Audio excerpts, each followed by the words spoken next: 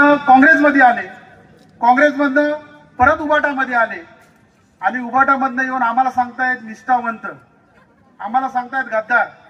अरे वा रे वा, 4 पक्ष तुम्ही फिरले आणि आरोप आमच्या नेत्यांवरती करताय.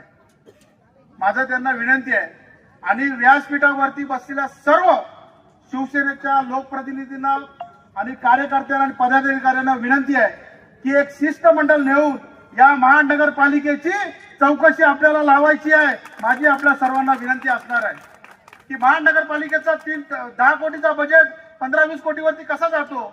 आता ठीक आहे, दिवसा ढवल्या स्वप्न लागलेले आहेत की मी आमदार होणार, परंतु आमचं मिशन एकच आहे, आमदार तर कायमस्वरूपी भरतशेठच असणार आहे त्या मतदारसंघामध्ये. या जनतेचा आशीर्वाद, या जनतेचं प्रेम, या जनतेचं मार्गदर्शन जोपर्यंत भरतशेठ वरती आहे तोपर्यंत कितीही आले तरी भरतशेठला कोण हलवू शकत नाहीये.